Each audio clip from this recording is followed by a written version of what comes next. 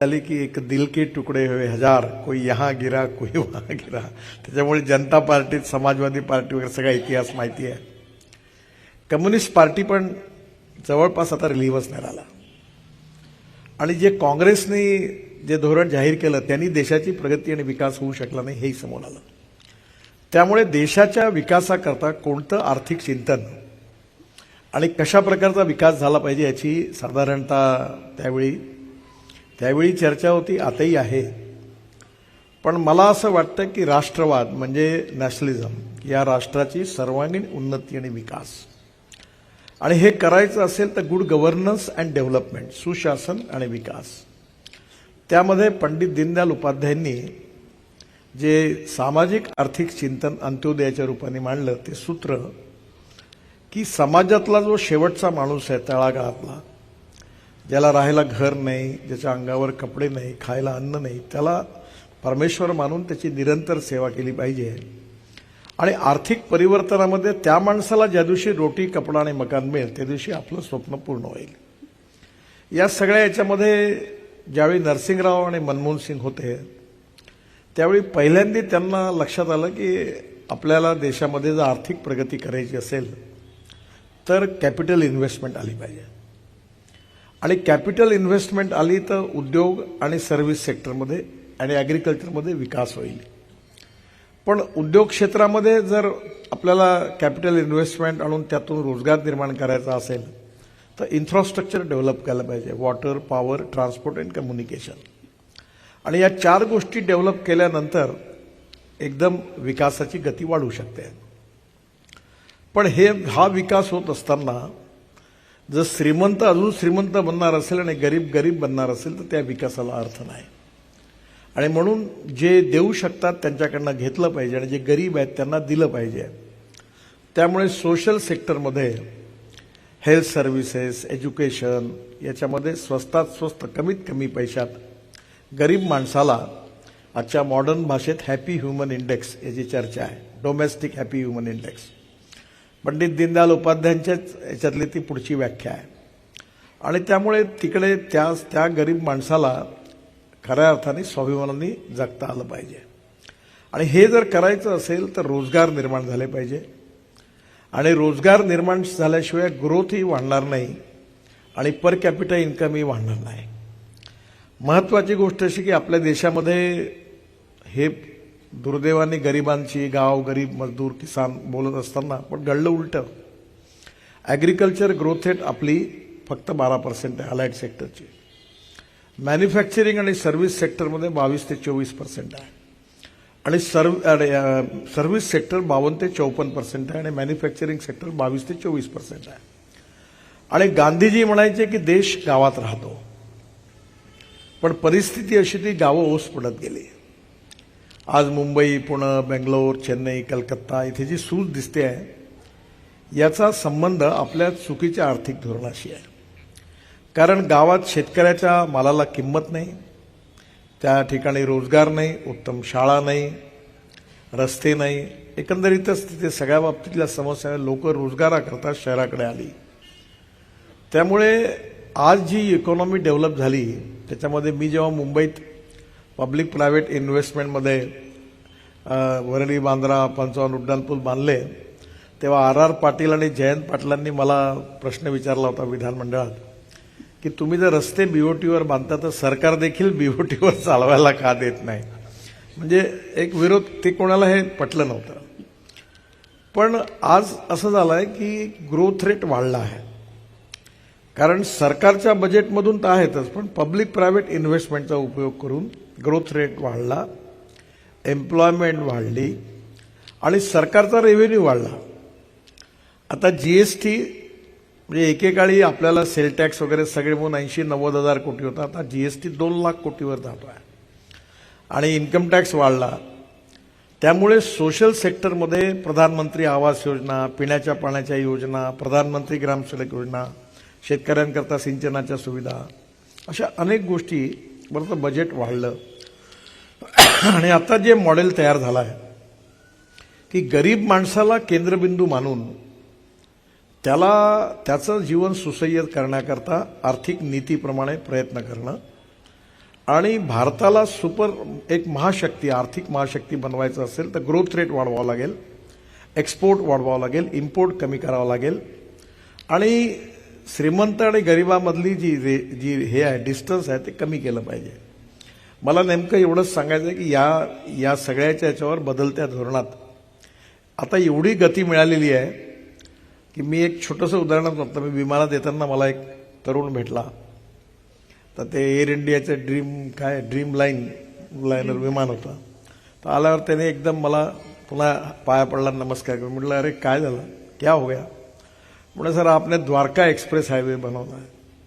तुम्हाला कधी दिल्लीत मी एक मोठा म्हणजे आहे 27 किलोमीटरचा पण तो आहे 563 किलोमीटर. टनेल्स आहे, रोड्स आहेत, खूप हेवी ट्रॅफिक आहे आणि त्याच्यातून तो रोड बांधला तर त्याच्या बाजूबाजूला जवळपास 5 लाख कोटी रुपयाची इन्व्हेस्टमेंट आली आणि जे बंद पडलेली कामं होती ते सगळे फ्लॅट आता सगळे दिल्ली गुडगावचे लोक तिकडे घर घेऊन राहिले.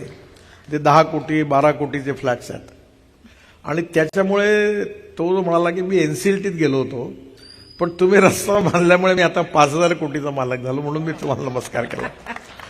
तर मी जे म्हणत होतो की असेच रस्ते डेव्हलप झाल्यामुळे आता मला सिक्युरिटी गार्ड भेटला. मैं विमानतळावर सोडतो म्हणून साहब हमारे देहरादून के रोड के कारण 3 गुना जमीन के दर बढ़ गए.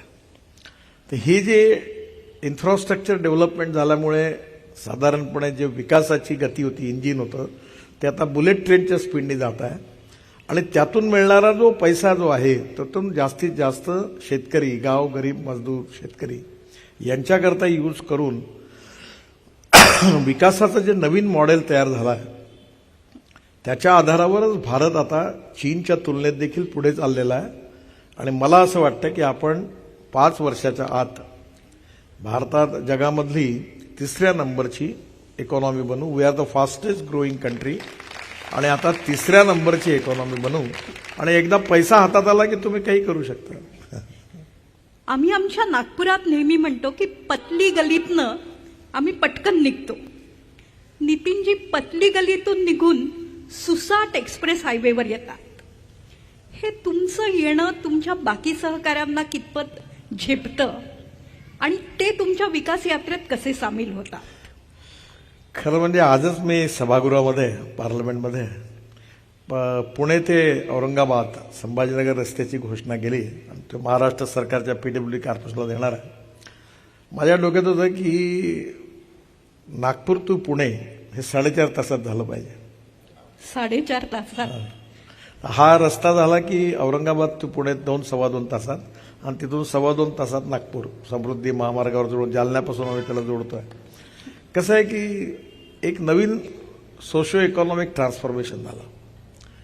म्हणजे मी जेव्हा एकदा लंडनला गेलो होतो 93 साली, तिथे एक जुन्या लंडनमध्ये हॉलिडे इन हॉटेलमध्ये राहिलो. तिथे खाली काउंटरवर रूम बुक करत असताना एक महिला गाडीतून आली तर माझ्या समोरच आली आणि थोड्या वेळाने मी रूम उघडल्यावर ती दरवाजावरती युनिफॉर्ममध्ये होती. मग ती शौचालय साफ करायला आली.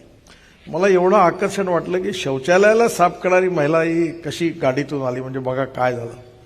आता ती स्थिती अशी आहे की आपल्याकडे येणारे प्रत्येक जणाकडे गाडी आहे. म्हणजे मी गमतीने म्हणतो की भारतीयांजवळ 2 एक्सपर्टाईज अगदी गुण आहेत. एक म्हणजे लोकसंख्या कशी वाढवायची आणि ऑटोमोबाईलचा नंबर कसा वाढवायचा. दोन्ही याच्यात गती एवढी आहे की आता रस्त्यावर गाड्या उभ्या असतात पण दोन्ही याच्यात प्रगती. याचं कारण पर्चेसिंग पॉवर वाढली. म्हणजे विकासामुळे लोकांच्या हातात पैसा आला आणि त्याच्यामुळे आता प्रत्येक जण जो आहे तो समृद्ध संपन्न सामाजिक व्यवस्थेकडे चालला आहे. मला असं वाटतं की गाव गरीब मजदूर शेतकऱ्याचं कल्याण ही जी भावना होती त्याच्यामध्ये आता नक्कीच त्या दृष्टीने एक नवीन परिवर्तन, मूलभूत धोरणामध्ये आर्थिक धोरणात जो बदल झाला त्याचे खूप चांगले परिणाम आहेत. आपण एकीकडे AI बोलत असतो, तुम्ही दुसरीकडे अंत्योदयाच्या कल्पना मांडत असता. यातला मध्यम मार्ग तुम्ही कसा स्वीकारता आणि तो जनतेला पटवून कसा देता? नाही, असं आहे की अंत्योदय हा मधला वगैरे मार्ग नाही आहे. आपल्या सगळ्यांच्या Samajwadi party, communist party, Congress party किंवा भारतीय जनता पार्टी किंवा कोणतेही पण विचारधारा, कोणतेही पुस्तक काढलं तर त्याच्यामागे प्रत्येकजण हेच सांगतो की गरिबाचं कल्याण झालं पाहिजे. शेतकऱ्याचं कल्याण झालं पाहिजे. पण ते कसं झालं पाहिजे याच्यावर मतभेद आहेत. आणि म्हणून नरसिंगरावजी आणि विशेषतः मनमोहन सिंगजींनी त्या काळामध्ये बदल केला. आता मी नेहमी म्हणतो, मी आतापर्यंत 50 लाख कोटी रुपयाची कामं करू शकलो. आणि मी असे 10 15 हजार कोटीच्या कामाचे निर्णय जास्तीत जास्त 5 ते 7 मिनिटात घेतो. आणि मी म्हणतो आमच्यावर पैशाची कमी नाही. जेव्हा मी मुंबई पुणे एक्सप्रेस हायवे बांधला किंवा 55 उड्डाण पूल बांधले तेव्हा पैसे खरंच नव्हते. त्या नेपीएनसी रोडवर जे आमचं ऑफिस होतं, यांना माहिती असलं, त्यावेळी त्याला ॲस्बेस्टस शीट लावल्या होत्या. आणि मी म्हणायचो इतके करोड पाहिजे पाहिजे, मग लोक यायचे आणि वरती पाहिजे. मग मी आर्किटेक्टला बोलवलं. मी म्हटलं इसको ऐसा बना दो कि लोगों को कंफ्यूज हो जाएगा कि ये स्लॅब है कि टीन डाले हुए है. आणि त्यावेळी मी 500 कोटी रुपयाकरता गेलो होतो याच्यात मार्केटमध्ये, बॉन्ड्समध्ये आम्ही, तर आम्हाला 1150 कोटी मिळाले. मग पुन्हा एकदा 500 कोटी करता गेलो तर 1200 कोटी मिळाले. तर धीरूभाई अंबानी आणि रतन टाटा मला म्हणाले तुम तो हमसे भी आगे निकल गए. आता मला काही प्रॉब्लेम नव्हता. आता आम्ही NHAच्या इन्व्हिट बॉन्डमध्ये मुंबई स्टॉक एक्सचेंजला आमचा बॉन्ड लॉन्च झाला. आणि माझ्या ऑफिसने माझ्याकडनं 7 दिवसानंतर या दिवशी इतक्या वाजता आपण बॉन्ड इश्यू संपेल आणि मग ती घंटी वाजवायची, कार्यक्रम करायचा, पत्रिका कार्यक्रम सगळं झालं. मी ठरवलं ठीक आहे मी येतो, 7 दिवसात पैसे गोळा होतील. पण पहिल्याच दिवशी 7 तासात 7 टाइम्स ओव्हर सबस्क्राईब झाला. आणि एवढे पैसे यायला लागले की तो मेंबर फायनान्स घाबरला. मी त्यावेळी गोव्यात होतो परिवार. तो बोले सर आप छोड़कर आ जाइए. म्हणलं ऐसे कैसे आ जाएंगे. तो मैं इतने पैसे वापस कैसे करूंगा. मग मी सगळं सोडून गोव्याहून आलो. तिकडे घंटा वाजवली, तो बंद केला स्टॉक इश्यू आणि मग गेलो. म्हणजे पैशाची कमी नाही आहे. म्हणजे आता तर आम्ही मथुरेमध्ये एक 90 MLD जे घाणेरडं पाणी आहे शौचालयाचं, त्याच्यावर मी एक वॉटर रिसोर्सेस मंत्री असताना एक प्रयोग केला की 40% सरकारने दिले आणि 60% इन्व्हेस्टरने आणले, म्हणजे हायब्रिड एन्युटीमध्ये. आणि ते पाणी शुद्ध करून मथुरेला इंडियन ऑइलची रिफायनरी, आपले वैद्यसाहेब इंडियन ऑइलचे अध्यक्ष आहेत, मी त्यांना बोलावलं. मी म्हटलं तुम्ही पाणी कुठून घेता. म्हणजे उत्तर प्रदेश सरकारकडनं. मग तुम्ही किती देता. 25 कोटी. म्हटलं तुम्ही वर्षाला 20 कोटी द्या, मी तुम्हाला शुद्ध पाणी देतो. आणि आम्ही टेंडर काढलं. त्रिवेणी इंजिनिअरिंग कंपनी आली आणि ते सक्सेसफुल झालं. त्यामुळे कचरा, solid waste management, liquid waste management, कशातही पण पब्लिक प्रायव्हेट इन्व्हेस्टमेंटला अलाऊ केलं. पहिले सगळं सरकारनेच करायचं. मी नेहमी म्हणतो ज्याचा राजा व्यापारी त्याची जनता भिकारी. आणि सरकार म्हणजे विषकन्या. कोणाही पक्षाचं सरकार होते, ज्या कामाला हात लावतात 99% कामं, गोल्ड माईन देखील घाट्यात आणतात. त्याच्यामुळे पब्लिक प्रायव्हेट इनिशिएटिव्हनी ग्रोथ रेट वाढतोय, रेव्हेन्यू जनरेट होतोय, एम्प्लॉयमेंट पोटेन्शियल वाढत आहे, गरिबी दूर होते आहे.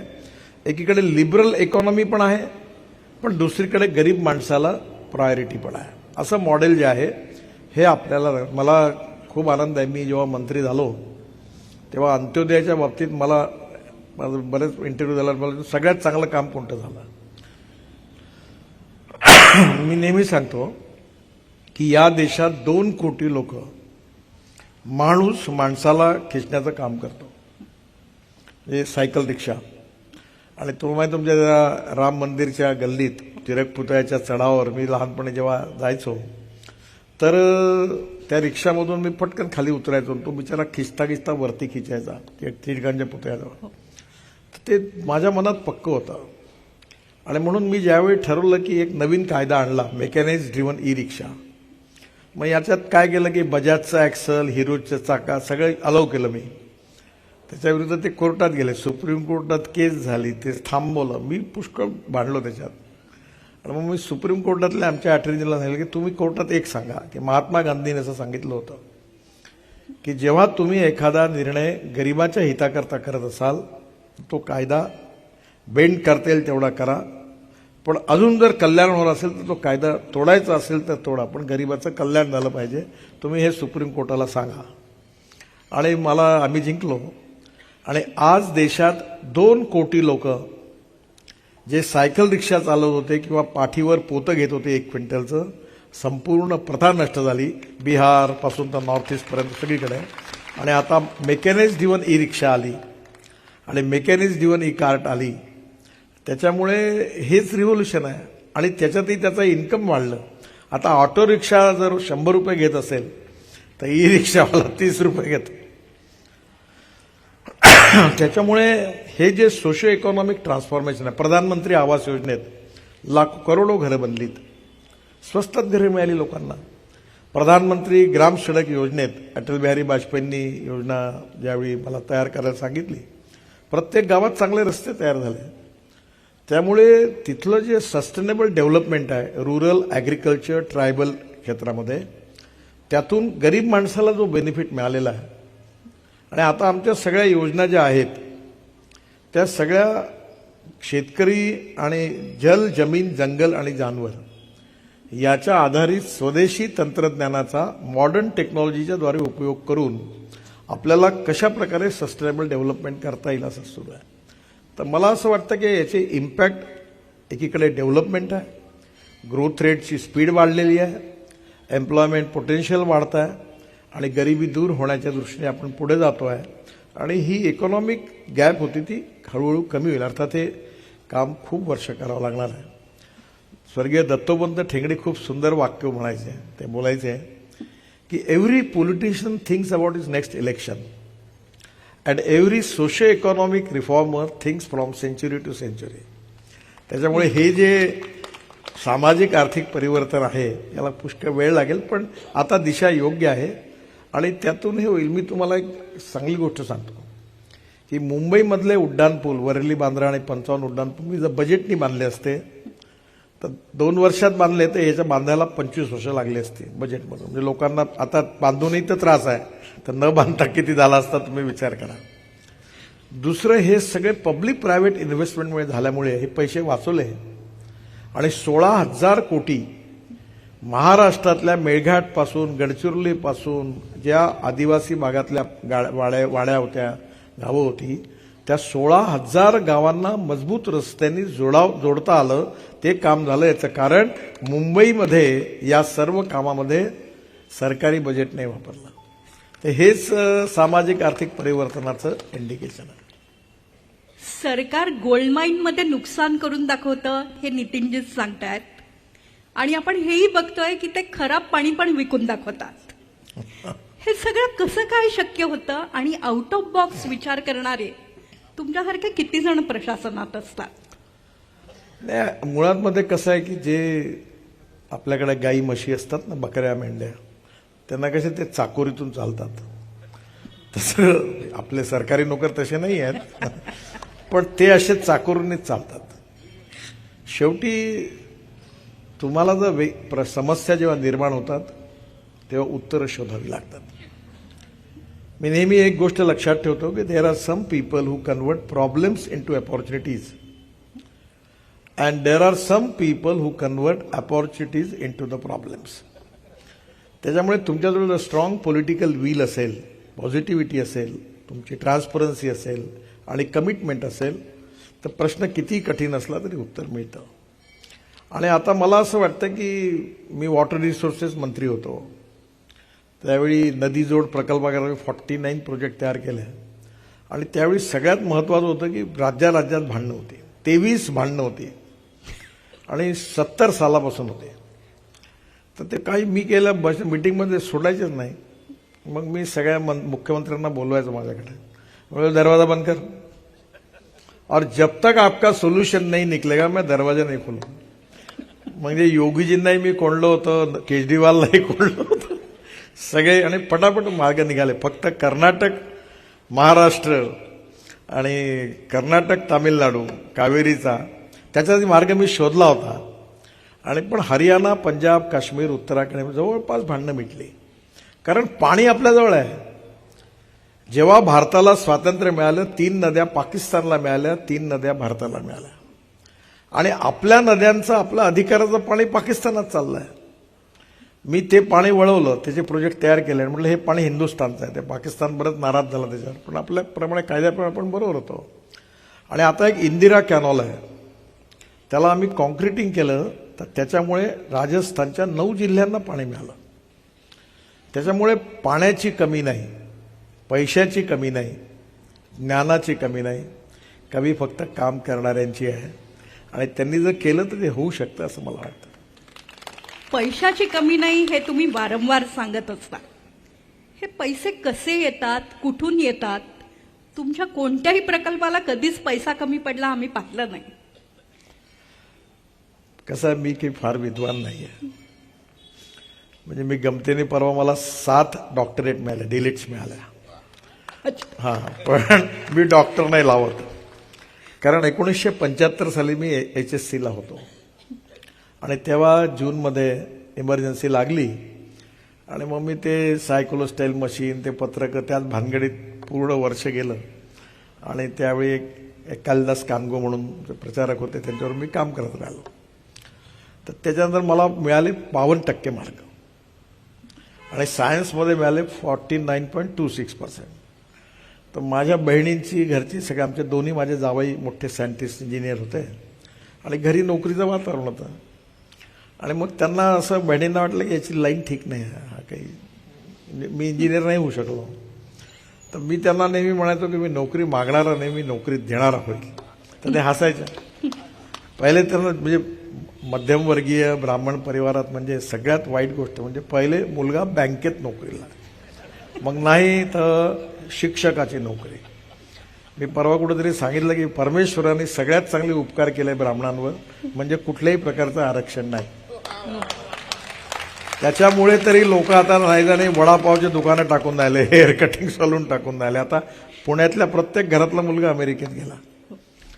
तर मला असं वाटतं की खऱ्या अर्थाने या सगळ्या याच्यामध्ये काम करत असताना तुमची जर इच्छाशक्ती मजबूत असेल तर तुम्ही काम करा. अडचणी आहेत, म्हणजे प्रत्येक ठिकाणी. आता आमची टनेल कोसळली, मला हे आत्ता कळलं 8-9 वर्षानंतर की पर्वत पहाड म्हणजे काय, आता काळा दगड असं परसेप्शन होतं. कारण आम्ही सह्याद्रीच पाहिला. हिमालय म्हणजे मातीचा, पांढरी मातीन त्याच्यात छोटे छोटे गोटे अडकलेले, त्यामुळे ते केव्हाही भुसभुशीत पडतं. तर हे पहिल्यांदा लक्षात आलं की पूर्ण आता आम्ही मानस सरोवरचा रस्ता बांधतोय आणि जवळपास 90% पूर्ण झाला. बहुतेक पुढच्या एप्रिलमध्ये आपण पिथोरागडवरून मानस सरोवरपर्यंत पोहोचू. तर प्रत्येक ठिकाणी प्रॉब्लेम आहे. आज केलं की उद्या लँडस्लाईड. तर प्रॉब्लेम्स आहेत, समस्या आहेत. काही समस्या शासकीय असतात, काही नैसर्गिक असतात, काही आर्थिक असतात. पण तुमच्या मनातली इच्छाशक्ती मजबूत असेल तर सगळं पैसा वगैरे काही, आता माझ्याकडे तर पैशाचा काही प्रॉब्लेमच नाही. बरं, मी पत्रकारांना सांगतो 10 वर्षात की माझा एक एक शब्द तुम्ही रेकॉर्ड करून ठेवा आणि मी बोललेली एकही गोष्ट नाही झाली तर ब्रेकिंग न्यूज लावा, लागतच नाही. हा, एखादी गोष्ट जर नसेल होत तर ती नाही म्हणण्याचे पण माझा स्वभाव आहे. आणि मला नसेल करायची म्हणजे मला पटत नाही, मी हे करणार नाही. त्यामुळे तशी पण चिंता नाही. तुम्ही जे आकडे सांगायचे त्याची शून्य आम्ही मोजत बसायचो. त्यातच तुम्ही सांगायचात की हे खोटं ठरलं तर माझ्याकडे या. पण या सगळ्या विकास यात्रेला लागलेलं एक गालबोट म्हणजे मुंबई गोवा महामार्ग.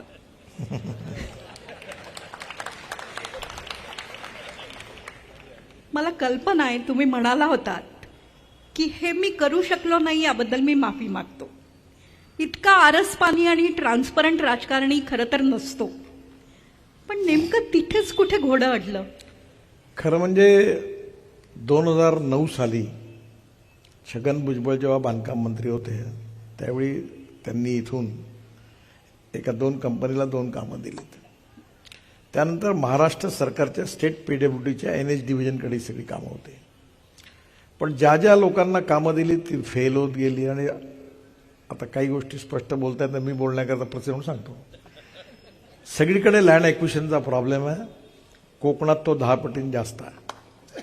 हे बरेच बसलेले कोकणातले तर रागवू नका मला, हे गुंठ्याकरता भांडतात भाऊ. आणि आता 3 एकरामध्ये 17 हिस्से आणि ते गुंठ्याकरता प्रत्येक भाऊ एकमेकाशी भांडून बिलकुल काय ऐकायला तयार नाही. अजूनही लँड ॲक्विजिशनचे प्रॉब्लेम आहे. आत्ता तो जवळपास मग लँड ॲक्विशन जवळपास आता प्रश्न सुटले आहेत, कॉन्ट्रॅक्टर रिप्लेस झालेली आहे. मला आता असं वाटतं की साधारणतः एक 6 महिन्याच्या आत मुंबई गोवा हायवे आता पूर्ण होऊन जाईल. आता अडचण नाही, पण वेळ लागला आहे. आणि एखाद्या गोष्टीला आपण म्हणतो नाट लागतो तसा त्याला आहे, वेळ तर झाला. मी पण कंटाळलो त्याच्यात बरंच, तुम्ही पण हे याच्यापेक्षा त्यांनी समाधान मानावं. माझ्या घरासमोर, मी नागपूरला महालात राहतो, ते गल्लीतच राहतो, हो. तर ते भोसल्यांचा वाडा आहे आणि आमचा वाडा असा. तर माझ्या घरासमोर एक 2 किलोमीटरचा रस्ता आहे. मी 13 वर्षापासून बांधतो आणि हायकोर्टात आतापर्यंत 27 केसेस झाल्या आणि सुप्रीम कोर्टात पण गेले लोक. आणि आत्ता तो केळीबाग रोड आत्ता पूर्ण झाला. आणि आता मी नागपूरच्या शहीद चौकात, जिथे माणूस स्कूटरनी चालू शकत नाही, तो पूर्ण तोडून 4 लेन रोड करतोय. त्याच्यामुळे अडचणी समस्या खूप आहे. कधी कधी काय आपल्या रीचमध्ये असतात, काही रीचच्या बाहेर असतात. पण आपण चालत राहिलं पाहिजे, काम करत राहिलं पाहिजे, पाठपुरावा करत राहिला पाहिजे, शेवटी यश मिळतं. त्यामुळे ज्यांना दुःख आहे मुंबई गोव्याचं, त्यांनी यात आनंद मानावा की गडकरींच्या घरासमोरही 2 किलोमीटर करता 13 वर्ष लागली. त्याच्यामुळे कमीत कमी त्यांना थोडंसं दुःख हलकं होईल. पण जे आहे तो उशीर लागला, ही गोष्ट खरी आहे, पण आता लवकरच होऊन जाईल. ही नक्कीच आजची ब्रेकिंग न्यूज आहे. आणि आता कॉन्क्रीटचा बांधला पुष्कळ. या रस्ते प्रकल्पांमध्ये आनंद देणारे प्रकल्प कोणते होते आणि अडचण म्हणजे तुमची परीक्षा पाहणारे प्रकल्प कोणते होते? मी कधी इतका विचारच नाही केला. आनंद मिळाला असंही नाही. मी लहानपणी क्रिकेट खेळत होतो, त्यामुळे तेव्हाही माझा स्वभाव तसाच होता. जे आहे ते प्रत्येक बॉलवर रन काढा. त्यामुळे मी याचा हिशोब कधी नाही ठेवला आणि काम करत राहिलो. पण मी एक गोष्ट नेहमी लक्षात ठेवली की व्यवस्था जी असेल, त्याची अडचण असेल, शेवटी माझी जबाबदारी ती दूर करण्याची. आता त्या मुंबई पुण्यामध्ये, आता कोणाचं नाव घेत नाही, एक विद्वान प्रोफेसर होते. त्यांनी सांगितलं की 150 वर्षापूर्वी काळ्या पिवळ्या रंगाच्या घारी त्या या अलाइनमेंटवर तिकडे राहायच्या आणि हा एक्सप्रेस हायवे झाला की हॉर्न वाजेल, आवाज येईल आणि मग त्या पळून जातील, म्हणून हायवे करू नका म्हणून कोर्टात पिटिशन टाकली. आणि ते मुंबई पुण्याचा जुना जो असेल, ज्यांना आठवतं, 9 तास लागायचे घाटात, ट्रक बंद पडले की कसं व्हायचं. पण आम्ही पेशन्स ठेवून करत राहिलो. कोर्टात केसेस झाल्या. मला असं वाटतं की आपण जर जनतेच्या हिताकरता करत असू तर लोकांना समजून सांगायचा प्रयत्न केला पाहिजे आणि जिद्दीने आणि चिकाटीने ती गोष्ट पूर्ण होईल याकरता प्रयत्न करत राहिला पाहिजे. हळूहळू ती होते पूर्ण. आता तू त्यावेळी पत्रकार, तुम्हाला माहिती नाही, हे वरळी बांद्राच्या वेळी किती त्रास दिला. रोज इंग्लिश पेपरमध्ये 6 कॉलमचे न्यूज की सावरकर स्मारक उद्ध्वस्त होईल, आंबेडकरांचं स्मारक उद्ध्वस्त होईल. कंटाळून गेलो मी एक दिवस सगळ्या पत्रकारांना बोलावलं आणि गेटवे ऑफ इंडियातून गाडीत त्या बोटीत बसवलं आणि तो फेरा मारून या बांद्र्याला आलो. आणि आल्यावर बोट थांबवली आणि त्यांना म्हटलं की मासे मरणार आहेत, मच्छी मरणार आहेत, सगळं. तिथे एवढा घाण वास होता. ते म्हणे यहाँ से हटाओ, म्हणे. बोला नहीं हटाओ, यही रुको. अब तुम बताओ, म्हटलं की गटार में मच्छी होती क्या, दिखती क्या, म्हटलं तुमको कहीं. बोले यहाँ कहीं नहीं दिख रही. बोले रोज लिखते हो, म्हटलं मच्छी मर रही, मच्छी मर रही. नंतर त्यांनी सहकार्य केलं, झालं. एकदा व्हीपी सिंग इथे आले होते, त्यांनी हार्टचं ऑपरेशन केलं. त्यांना सह्याद्रीत होते ते मुक्कामाला, तेव्हा हे गेले काही लोक त्यांच्याकडे. त्यांनी विलासराव देशमुख, त्यांनी स्टे देऊन दिला. पुन्हा 1.5-2 वर्ष काम बंद पडलं. परिणाम काय झाला, 420 कोटीच्या प्रोजेक्ट करता मुंबईकरांना 1800 कोटी रुपये द्यावे लागले. आणि तो टोलने व्याजासहित ते पैसे तर होणार. जो 420 कोटीत झाला असता प्रोजेक्ट, तो 1800 कोटीत गेला. या सगळ्याचा राजकीय पक्ष विचार करतात का? राजकीय पक्षाचा आणि विचाराचा काय संबंध आहे? राजकीय पक्षाचा संबंध निवडणूक जिंकण्याशी असतो. बाकी त्या दृष्टीने ते विचार करतात. देशामध्ये विचार भिन्नतेपेक्षा विचार शून्यता ही सगळ्या क्षेत्रातली समस्या आहे.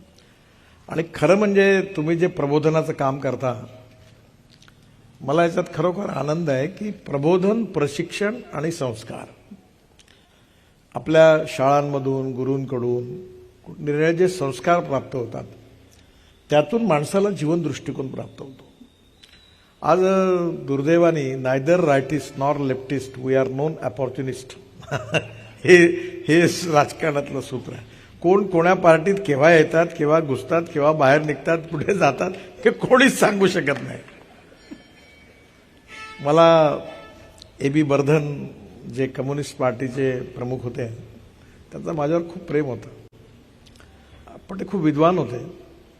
आयुष्यभर ते कम्युनिस्ट पार्टीच्या शेवटीचा मृत्यू झाला, पण ते कधी त्यांनी आपल्या विचाराशी प्रामाणिक म्हणजे कॉम्प्रोमाइज नाही केला. म्हणजे मला नेहमी म्हणतो एखाद्या माणसाचे विचार कदाचित तुम्हाला पटत नसतील, पण त्या विचाराशी प्रामाणिक राहून आयुष्यभर त्याची किंमत चुकवून त्याच्याकरता जगणारी लोक ही आजही समाजात आपल्या सगळ्यांकरता आदर्श आहेत. असे किती लोक आहेत अजून?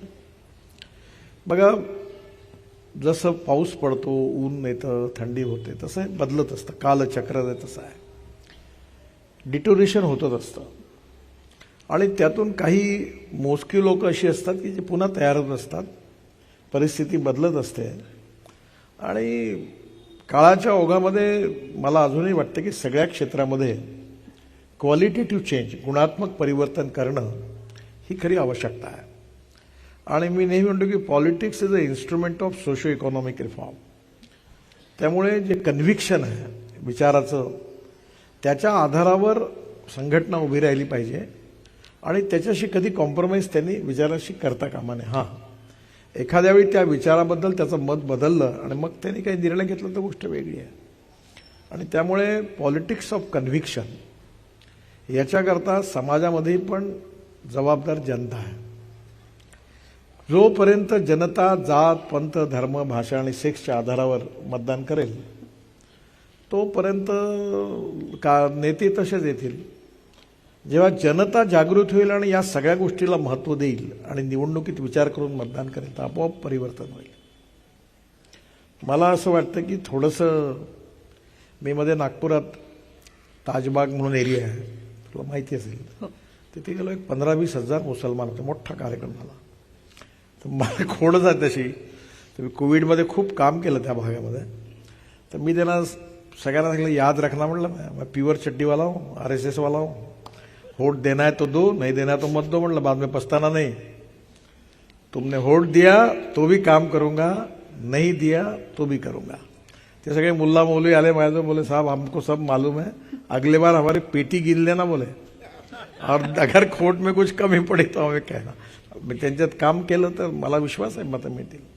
मग हळूहळू जात, पंथ, धर्म आणि भाषा याच्यापेक्षा परफॉर्मन्स, उमेदवाराचं कॅरेक्टर, त्याची निर्णय क्षमता, त्यांनी समाजाकरता, देशाकरता केलेलं काम, या क्रायटेरियावर जेव्हा जनतेची मतं मिळतील आणि जनता त्या लोक चांगले होतील, नेते चांगले होतील. असा सुदिन येईल अशी आम्ही सगळेच अपेक्षा धरत असतो, बाळगत असतो. याच पार्श्वभूमीवर जी काय सध्या विकास यात्रा सुरू आहे, अमृत काळात आपण 2047चं स्वप्न पाहतो. हे स्वप्न कसं असेल? आणि त्यापूर्वीचा एक प्रश्न, इथे पंतप्रधान नरेंद्र मोदी गणेशोत्सवाच्या निमित्ताने येऊन गेले.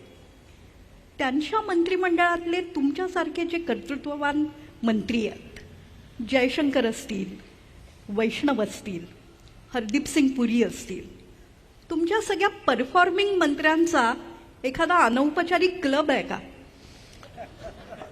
क्लब नाही आहे, पण आता जसं शिपिंगमध्ये एक बिल येत आहे मर्चंट याच्यावर, शिपिंगवर, तर मग प्रधानमंत्र्यांनी त्या मंत्र्यांना सांगितलं की तुम्ही एकदा हे बिल पास करायच्या आधी मला भेटा आणि माझ्याकडे प्रेझेंटेशन द्या आणि त्यांचे सुझाव घेऊन मग तुम्ही ते बिल तयार करा. तर अनेक वेळा एकमेकांना भेटत असतात, काही प्रॉब्लेम सांगत असतात. आणि आता मी एक नवीन कन्सेप्ट, ब्रॉड गेज मेट्रो हा एक कन्सेप्ट मी तयार केला. मी नागपूर ते अमरावती, नागपूर ते चंद्रपूर, नागपूर ते गडचिरोली, नागपूर ते छिंदवाडा, नागपूर ते बैतूल आणि नागपूर ते रामटेक आणि एक्झिस्टिंग ब्रॉडगेजवर ही 5-6 डब्याची ही ब्रॉडगेज मेट्रो तयार करायची आणि तिची स्पीड 140 किलोमीटर प्रति घंटा. Bullet metro. हां, तर मग मी त्याच्यामध्ये मग मी रेल्वे मंत्र्याला सांगितलं. त्याचं मग रेल्वे आमच्याकडे वर्धा ते नागपूर याच्यात ट्रॅफिक जाम आहे, कारण मुंबई, कलकत्ता आणि दिल्ली, मद्रास याच्यात तेवढा पार्ट कॉमन आहे, त्यामुळे खूप गाड्या आहेत. म्हणजे आता 4 लेन करतात आहेत. मी आता दिल्ली ते जयपूर इलेक्ट्रिक बस सुरू करतो आहे. टाटांनी आता त्याला अप्रुव्हल दिला आणि चालू आहे. त्याच्यामध्ये ती केबल बसमध्ये मी आता जेकोस्लोवाकियात स्कोडा कंपनीत गेलो होतो आणि ती बस जी आहे ती केबलवर चालेल, ट्रक पण चालेल आणि त्याच्यामध्ये मी त्यांना सांगितलं की बिझनेस क्लास पाहिजे आणि इकॉनॉमिक क्लास पाहिजे आणि चहा पाणी नाश्ता सगळं विमानासारखी सुविधा राहील. आणि जयपूर ते दिल्ली साधारणतः आता 3-3.5 तास लागतात, पण 2.25 तासात जाता येईल आणि तिकीट रेट 30% कमी होईल. तर ते आता ट्रान्सपोर्टमध्ये खूप मी 260 केबल कार फॅनेक्युलर रेल्वे बांधतो आहे आम्ही. तर त्याच्यामध्ये खूप कल्पना. एकदा म्हणजे मी एक्सपर्ट नाही, पण माहूर म्हणून आहे यवतमाळ जिल्ह्यात, देवीचं मंदिर आहे, आमचंही दैवत आहे. तर माझ्या बहिणीने आई म्हणायची की इथे अरे आम्ही चढू शकत नाही कारण, तर मला यावेळी तिथे रोपवे करायचे होते. ते पैसेच कमी होते. तर मी एक दिवस विचार केला आणि मी असं बोलवलं त्यांना सगळ्यांना. माझ्या डोक्यात एक कल्पना आहे. म्हटलं आपण बाजारातल्या 15-20 सीटर कॅपॅसिटीच्या लिफ्ट विकत घेऊ, चांगल्या कंपनीच्या, फास्ट स्पीडने. आजकाल मोठ्या बिल्डिंगमध्ये फास्ट स्पीडने चालतात. आणि 4 लिफ्ट लावू, इकडे वरती येऊ, मग पुन्हा ते ट्रॅव्हलर लावू, पुन्हा लिफ्ट लावू आणि वरती मंदिरात जाऊ. तर मला वाटतं म्हणलं रोपवेपेक्षा कॉस्ट एकदम 25-30% होऊन जाईल काम. तर ते झालं आणि आता मी ते काम तसंच सुरू झालं. आणि या लिफ्टने, कॅप्सूल लिफ्टने वरती एका याच्यावर असलं, नंतर दुसरीकडे, नंतर पुन्हा वरती मंदिरात. तर कमी पैशात पण झाला. आता मी बंगलोरमध्ये हवेत उडणारी डबल डेकर बस त्याचा सर्वे करतोय. एक हवेत उडणारी बस. हां, म्हणजे हवेत म्हणजे ती अशी आहे की एक डॉफल मेअर म्हणून ऑस्ट्रियन कंपनी आहे. तर ती या टोकावरून त्या टोकावर वरतून चालेल आणि त्याच्यात डबल डेकर बस सारखी आहे, तशी मोठी केबिन, आणि त्यात साधारणतः 150 ते 200 लोक बसतील. ती या टोकावरून त्या टोकावर वरच्या वरती जातील. मी पाण्यात उतरणारं विमान आणलं होतं. तर मी मुंबईत त्याचा प्रयोग केला होता आणि त्या विमानातून मुंबईच्या समुद्रात मी उतरलो आणि उडलो होतो, MPVS सी प्लॅन. मग मोदीजींनी ठरवलं की त्याचा उपयोग करायचा गुजरातमध्ये, ते साबरमतीच्या काठावरून उडून वरती तिकडे जायचं. तर मग त्यांच्या सिक्युरिटीने ऑब्जेक्शन घेतलं. तर ते नुपेन मिश्रांनी मला फोन केला. सर गडकरी साहब क्या आप नया नया कुछ लाते हो? बोले क्या हुआ? बोले मोदी जी कह रहे कि मुझे इसी हवाई जहाज में बैठना है. बोला हाँ, उन्होंने मुझे फ़ोन किया कि मेरी व्यवस्था करो, मुझे करना है. वो सिंगल इंजन है, आपको मालूम नहीं क्या? बोले डबल इंजन के सिवा प्रधानमंत्री नहीं बैठते. मतलब मुझे मालूम है, आप प्रधानमंत्री को समझाओ. बोले वो बोल रहे कि आपसे बात करो. मैं बात करके देखता हूँ. मोदी ने फोन किया कि मतलब वो सिंगल इंजन है, आपके ऑफिस का कहना है, तो हवाई जहाज तो तैयार है, सब कुछ हुआ है. बोले मेरे समझ में नहीं आ रहा कि तुम कानून की बात तुम कब से करने लगे हो. मैं मतलब बिल्कुल सही बात है, कोई प्रॉब्लम नहीं, सिक्युरिटी है, आप जाइए, उनको जो कहना है कहने आप करिए. ते गेले त्याच्यातून काही झालं नाही, चांगलं होतं ते. आम्ही डबल इंजिनचं सरकार नेहमी ऐकत सिंगल इंजिन तुम्हीच त्यांना नेऊ शकता. आणि आता मी पण Z+ मध्ये आम्हाला ते हेलिकॉप्टर किंवा विमान डबल इंजिनचंच असलेला नियम आहे. मी एकदा सुषमाजी आणि प्रचार नागपूरला हेलिकॉप्टर तरी मिळत नव्हतं, पार्टीची अवस्थाही वाईट होती. एक हेलिकॉप्टर एकाने आम्हाला दिलं. तर ते असं होतं की ते डिझेल इंजिन लावल्यासारखं ऊ करत वरती उडायचं. तर मी म्हटलं आंबा तोडायचा असेल झाडा तरी तोडता येईल. मग ते सुषमाजींना म्हटलं की तुम्ही याच्यातून जा. त्यामुळे तुम जाओ मैंने बैठती म्हणायचं, त्यांनी कॅन्सल केला होता. मुळामध्ये टेक्नॉलॉजी एक गोष्ट खूप महत्वाची आहे जी आपल्या सगळ्यांना मान्य होईल. innovation, entrepreneurship, science, technology, research, skill and successful practices. We name it as knowledge and conversion of knowledge into wealth हे भविष्य आहे. त्यामुळे संस्कार, मूल्याधिष्ठित जीवन पद्धती, परिवार पद्धती हे सगळं स्वदेशी, स्वावलंबन, स्वातंत्र्य, मूल्य हे जोपासत असताना टेक्नॉलॉजीमध्ये आपण जर प्रगत झालो आणि त्याच्या आधारावर आपण आपलं कायम ठेवून ते जर पुढे गेलो तर आपण विश्वगुरू बनू शकतो या दोघांचं कॉम्बिनेशन होऊन. आणि त्यामुळे मोठ्या प्रमाणावर जे टेक्नॉलॉजी सेव्ही आहेत त्याच्यातून आपण नवीन काळाच्या ओघात भविष्याचा बदल करू शकतो. भूतकाळातल्या अनुभवातून वर्तमान काळात शिकून भविष्याचा वेध घेणारं तंत्रज्ञान घेऊन आपण पुढे गेलो तर निवळ आपण मी असं कधी म्हणणार नाही की आपला जुना इतिहास, संस्कृती, विरासत, मूल्य हे विसरता कामा नये. ते आवश्यकच आहेत. पण त्याचबरोबर प्रगती आणि विकासाकरता जात असताना टेक्नॉलॉजीमध्ये, नॉलेजमध्ये जो सातत्याने बदल होतोय त्याचा फायदा घेतला पाहिजे. 2047चा भारत नितीनजी आपल्याला उत्तम रीतीने समजावून सांगतायत की टेक्नॉलॉजी पण हवी, आपली संस्कृती पण हवी. आपण त्यांना आता जगाच्या प्रवासाला नेऊया. तुम्ही खूप फिरत असता. बाकी देशांमध्ये फिरताना तुम्हाला काय जाणवतं? मी पहिल्यांदा जेव्हा जायचो तेव्हा मी प्रत्येक देशामध्ये फोटो काढायचो. बस स्टॉपचे फोटो काढायचो, वेगवेगळ्या ठिकाणी. तेव्हा मला नाही वाटायचं की जर इथे येऊ शकतात तर आपल्या देशात का नाही येऊ शकत. पण भारतीय लोक खूप हुशार आहेत. आम्ही पॅरिसला गेलो होतो तर आम्ही तिथे एका पब्लिक टॉयलेटला गेलो. आम्ही 5-6 जण मित्र होतो. पण आमच्यातला भारतीयांनी आपल्या बुद्धिमत्तेची चमक दाखवलीच. ते प्रत्येकजण कॉईन टाकून आतमध्ये जात होता. त्यांनी काय केलं, एकदा कॉईन टाकलं आणि पाय असा दरवाजावर ठेवला आणि एका कॉईनमध्ये 6 जण टॉयलेटमध्ये जाऊन आले. तेव्हा मी मला म्हटलं की भारतीय हे काही करू शकतात. जुगाड. आता आपल्या देशामध्ये ऑटोमोबाईल इंडस्ट्रीमध्ये बघा, मी जेव्हा मंत्री झालो माझ्याकडे ते डिपार्टमेंट आपण 12व्या नंबरवर होतो जगात. नंतर 7व्या नंबरवर आलो आणि आता आम्ही जपानला पास करून आम्ही 3ऱ्या नंबरवर आहे. पहिल्या नंबरवर चीन आहे, दुसऱ्या नंबरवर अमेरिका, तिसऱ्यावर भारत आणि चौथ्यावर जपान गेला.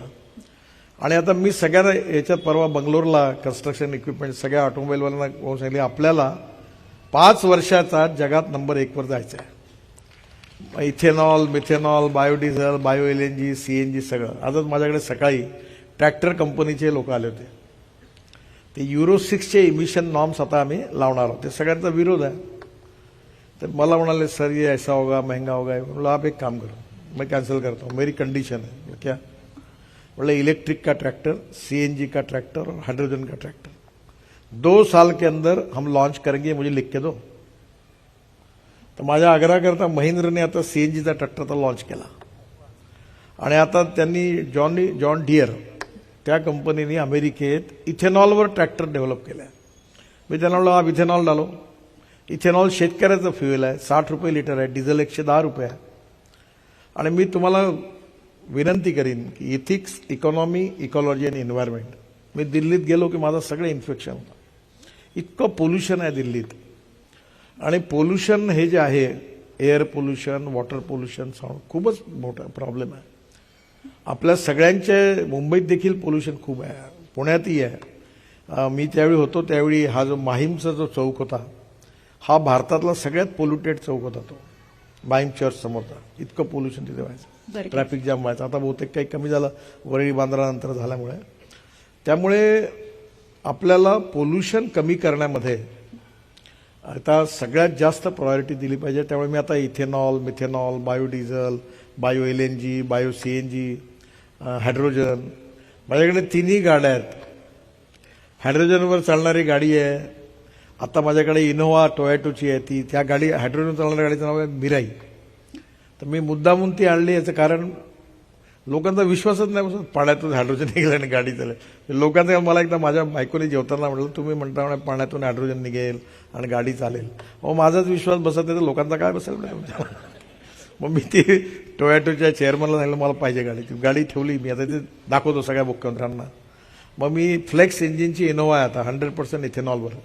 ती 60% वीज तयार करते आणि 40% इथेनॉलवर चालते. आणि तिचा जर पेट्रोल प्रमाणे हिशोब लावला तर 25 रुपये लिटर पेट्रोलचा भाव येईल एवढा ॲव्हरेज. म्हणजे सगळ्या कंझ्युमरचा फायदा. आम्ही मिथेनॉलवर बंगलोरमध्ये 15% मिथेनॉल कोळशापासून तयार करून बसेसचा प्रयोग यशस्वी झाला. आणि आता दिल्लीमध्ये परळीपासून म्हणजे राईस स्ट्रॉ टनस आपल्याकडलं त्याच्यापासून इथेनॉल तयार व्हायला लागलं. पानिपतला प्रोजेक्ट आला. आता डांबर तयार व्हायला लागलं. मी तर ते डांबर विकत घेणार आहे. आपण 80 लाख टन डांबर लागतं, 30 लाख टन इम्पोर्ट करतो. आणि आता तिथे बायो एव्हिएशन फ्युएल ते तयार झालं आणि त्याच्यापासून आता विमानातलं इंधन तयार होणार. म्हणजे शेतकरी तयार करणार. मी एकदा स्पाइस जेटचं विमान डेहराडूनहून दिल्लीला आणायचा निर्णय घेतला. आता विमान पाहिजे होतं, कोणी देतच नव्हतं विमान. तर मी मग अजय सिंग म्हणून स्पाइस जेटचे मालक आहे, माझे मित्र बोलवलं, अजय सिंग वो विमान लाना है, 50% तुम्हारा और मेरा विमान बिगड़ गया तो कौन जिम्मेदार है. मतलब तेरे बहुत काम किए, मैं जिम्मेदार हूँ, एक विमान जाएगा म्हटलं, तू चिंता मत कर.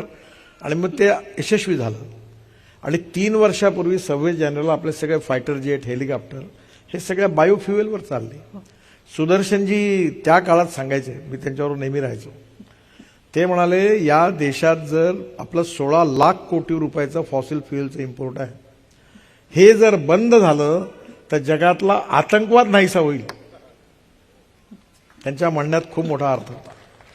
आणि म्हणून आत्मनिर्भर भारत बनण्यामध्ये हे आता 24 लाख कोटीचं होणारं इम्पोर्ट आणि शिवाय प्रदूषण. आणि आता इलेक्ट्रिक आली. मला आठवते मी जेव्हा electric bus, electric auto rickshaw, स्कूटरचा प्रचार करायचो, मी मंत्री असल्यामुळे त्याचं पुष्कळ हे करायचो. तर माझ्यावर एका मोठ्या पेपरने कार्टून काढलं की एक इलेक्ट्रिकची गाडी रस्त्यात बंद पडली आहे, 4 मुलं धक्का मारतात आहे. मी बघून झाला. ते त्याचं म्हणणं होतं की इलेक्ट्रिकची गाडी रस्त्यात बंद पडली तर मग काय होईल. आता कोणाची गाडी इलेक्ट्रिकमध्ये बंद पडली आहे तुम्ही पाहिली आहे कुठली टॅक्सी, स्कूटर? कुठेच नाही आहे. आता इलेक्ट्रिक बसेस एवढ्या सगळीकडे आल्या, आता कोणी म्हणत नाही. तसं आता इथेनॉल येईल, मिथेनॉल येईल. RCF आणि दीपक फर्टिलायझर मुंबईत हे मिथेनॉल ते 22 रुपये लिटर आहे. त्याच्यावर मी प्रयत्न करतो बेस्टमध्ये की त्यांनी काही बसेस मिथेनॉलवर चालवाव्या.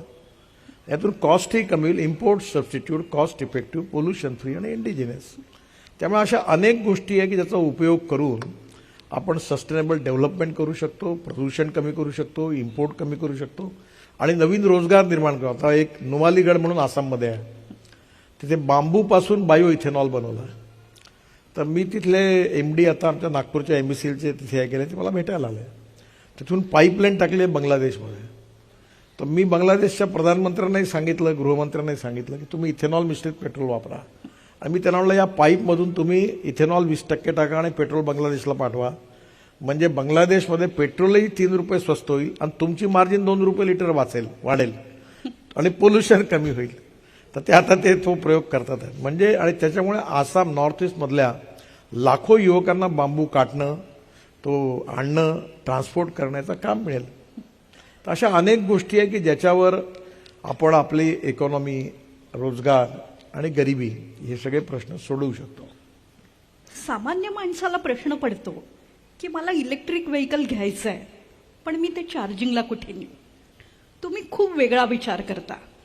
ते घरीच चार्जिंग होणारे युनिट्स किंवा इथेनॉलचे पंप, मिथेनचे पंप, ही सगळी स्वप्न प्रत्यक्षात केव्हा येऊ शकतील. मुळामध्ये तुझा प्रश्न हा पत्रकार म्हणून बरोबर आहे, पूर्ण काही याचा संबंध नाही. एक जो स्कूटर चालवतो, बजाज आणि TVS दोघांनी अभ्यास केला, एक स्कूटर 24 ते 26 किलोमीटर रोज चालते. आणि जेवढ्याजवळ गाड्या आहेत, अगदी मुंबईत आहे, यांचं ॲव्हरेज गाडी 70-80 किलोमीटरच्या वरती नाही आहे. आणि रोज घरी आपल्या आता इथे समजा पार्किंग आहे, इथे 4 लावले, चार्जर इथे गाड्या उभ्या रात्री चार्ज होतात. माझ्याकडे इलेक्ट्रिक गाडी आहे आणि 450 किलोमीटर पण चार्ज होते. त्यामुळे आपल्या घरीच चार्ज होतं. आता प्रॉब्लेम कुठे आहे की मुंबईपासून तुम्ही जर औरंगाबादला गेलात तर प्रॉब्लेम आहे, किंवा मुंबईपासून दिल्लीला गेला तर प्रॉब्लेम आहे. आम्ही 670 ठिकाणी रोड साईड ॲम्युनिटीज बांधतोय. तिथे हेलिपोर्ट आहे, सगळं काही आहे आणि त्याच्यावर चार्जिंग स्टेशन आहे. तुम्ही चहा पाणी घेतो तर लगेच तुमचा चार्ज होईल. त्यामुळे चार्जिंग आता प्रॉब्लेम नाही. प्रॉब्लेम कुठे आहे आपल्याकडे लिथियम आयन बॅटरीची किंमत जेव्हा आपण सुरू केलं तेव्हा $150 पर किलोवॅट पर आवर किंमत होती. आजच सकाळी मला कळलं की ती $113 आली आहे. आणि ज्या दिवशी ती $100 येईल त्या दिवशी electric bus, electric car, electric scooter आणि पेट्रोल कार, पेट्रोल स्कूटर आणि बस याची किंमत सारखी येईल. आणि तो दिवस दूर नाही. आणि याच्याशिवाय ही केमिस्ट्री एवढी डेव्हलप झाली आहे की लिथियम आयनच्या बरोबर ॲल्युमिनियम एअर टेक्नॉलॉजी आली आहे, सोडियम, नंतर झिंक आयन. त्यामुळे या केमिस्ट्रीत इतका बदल होतो. आता अमेरिकेत ॲल्युमिनियम आयन ती स्वस्त आहे आणि येणाऱ्या काळामध्ये बदल. आता ही बसेस आहेत, हे केबलची बस आहेत. आता एक नवीन टेक्नॉलॉजी आली की बस स्टॉपवर उभी राहिली की नुसतं असं लागेल आणि 2 मिनिटात बस चार्ज होईल. आता अनेक देशात अशी टेक्नॉलॉजी आहे की बस अशी उभी राहील कॉन्क्रीट रोडवर आणि खाली इंडक्शन चार्जिंग आहे, त्यातून बस चार्ज होईल. त्यामुळे टेक्नॉलॉजी एवढी बदलते आहे की चार्जिंगचा काही प्रॉब्लेम. इलेक्ट्रिक ही सगळ्यात चीप आणि सोलर एनर्जी आहे. समजा उद्या इथे एक 25 गाड्या चार्ज झाल्या आणि वरच्या गच्चीवर पूर्ण सोलर लागलं तर रोज तिथून इथे यांना इन्कमचं साधन होईल लोकमान्य संघाला की गाड्या चार्ज झाल्या तर त्यांना पैसे मिळतील आणि यांना ग्रीन पॉवर मिळेल आणि गाड्या चालतील. प्रदूषण पार्ल्यातलं कमी होईल. तुम्ही नवभारताचं खूप सुंदर स्वप्न दाखवता, पण आता एम्फिबियन बस मुंबईत चाललीच नाही. हे झारीतले शुक्राचार्य नेमके कोण आहेत असतात? नाही इथे ना. मुंबईत मी एक बस आणली होती विकत, शेवटी भंगारात गेली ती एमपीबीएस बस होती. ते बघा स्टॅकहोमला एक बस आहे, ती बस पाण्यातही जाते आणि रोडवरही जाते. तर मी मुंबईमध्ये ती बस JNPTत विकत घेतली. मी त्यावेळी शिपिंग मंत्री होतो आणि त्याच्या परवानगी करता दिलीच नाही. आता हे जे आपण मलबार हिलला चढतो ना गिरगाव चौकडे तिथून, तर तिथून ती बस पाण्यात जाईल आणि पाण्यातून मग ती इकडे येईल तुमच्याकडे आणि इकडनं शिरून तिथून चढून मग तिकडे जाईल. अशी ती बस आहे. त्यात लोक बसले आहेत, स्वीडनमध्ये गेले बसले असते. तर शेवटी त्यांनी मला सांगितलं की तो जो बस उतरण्याचा रॅम्प आहे तो एन्व्हायरमेंटवाला कमिटीने रिजेक्ट केला. मग मी त्यांना विचारा कशी करायची की बस हाताने उचलायची, क्रेनमध्ये फेकायची समुद्रात, म्हणजे बस जाईल. आता बस जर पाण्यात जाणार असेल तर कुठे ना कुठे रॅम्प तर बनवाच लागेल ना. नाही दिलं. शेवटी सडली बस, पडली आहे ती, संपली असेल, भंगारात विकल्या गेली ती. तुम्ही पर्यावरणवाद्यांची चर्चा करता तेव्हा नेमका काय प्रसंग असतो? बघा, मी इकॉलॉजी आणि एन्व्हायरमेंटच्या बाजूने आहे. हे जेवढं मी अल्टरनेटिव्ह फ्युएल आणि बायोफ्युएल बोलतोय त्यातून प्रदूषण कमी होणार आहे. मी माझ्या डिपार्टमेंटमध्ये 3-3 मीटरचे 3,78,00,000 झाडं लावली. सगळं ते राजमुंद्रीच्या नर्सरीतले खाली झाले. आणि परवा मी सयाजी शिंदे म्हणून आपल्या महाराष्ट्रातले जे दक्षिणेत काम करतात ते पैठणमध्ये एक 100 झाडं वडाची आणि 100 वर्ष जुनी होती ती 51 झाडं आम्ही ट्रान्सप्लांट केली सयाजी शिंदेच्या मदतीने आणि ती जिवंत आहेत. या वर्षापर्यंत मी 78,000 झाडं ट्रान्सप्लांट केली. मी आता बद्रीनाथ केदारनाथमध्ये सांगितलं झाडं तोडायची नाही, ट्रान्सप्लांट करा. आता आम्ही ट्रान्सप्लांट करणाऱ्यांचं कॅडर एक कॉन्ट्रॅक्टर तयार करतोय की झाडं तोडायची नाही. मी प्रत्येक बाबतीमध्ये इकॉलॉजी आणि एन्व्हायरमेंट भयंकर कॉशियस आहे आणि त्याचा समर्थक आहे. पण एक्सेंट्रिक व्ह्यू ठेवायचा. शेवटी डेव्हलपमेंट पण झाली पाहिजे आणि इकॉलॉजी आणि एन्व्हायरमेंट देखील प्रोटेक्ट झाली पाहिजे. सुप्रीम कोर्टाने चीफ जस्टिसने मला बोलावलं होतं की दिल्लीचं प्रदूषण, मी पुस्तक तयार केलं होतं आणि मी सांगितलं आता दिल्लीच्या आजूबाजूला मी 65,000 कोटी रुपयाचे रस्ते बांधतोय. 65,000 कोटी. अनेक कामं पूर्ण झाली की प्रदूषण कमी झालं पाहिजे. नंतर दिल्लीमध्ये यमुनेकरता जलशुद्धीकरणाला मी 6,000 कोटी दिल्लीच्या सरकारला मंत्री असताना दिले. आणि दिल्लीमध्ये कचऱ्यापासून आता सगळ्यात महत्वाची गोष्ट की एक UR2 म्हणून रस्ता बांधला आहे 8,000 कोटीचा.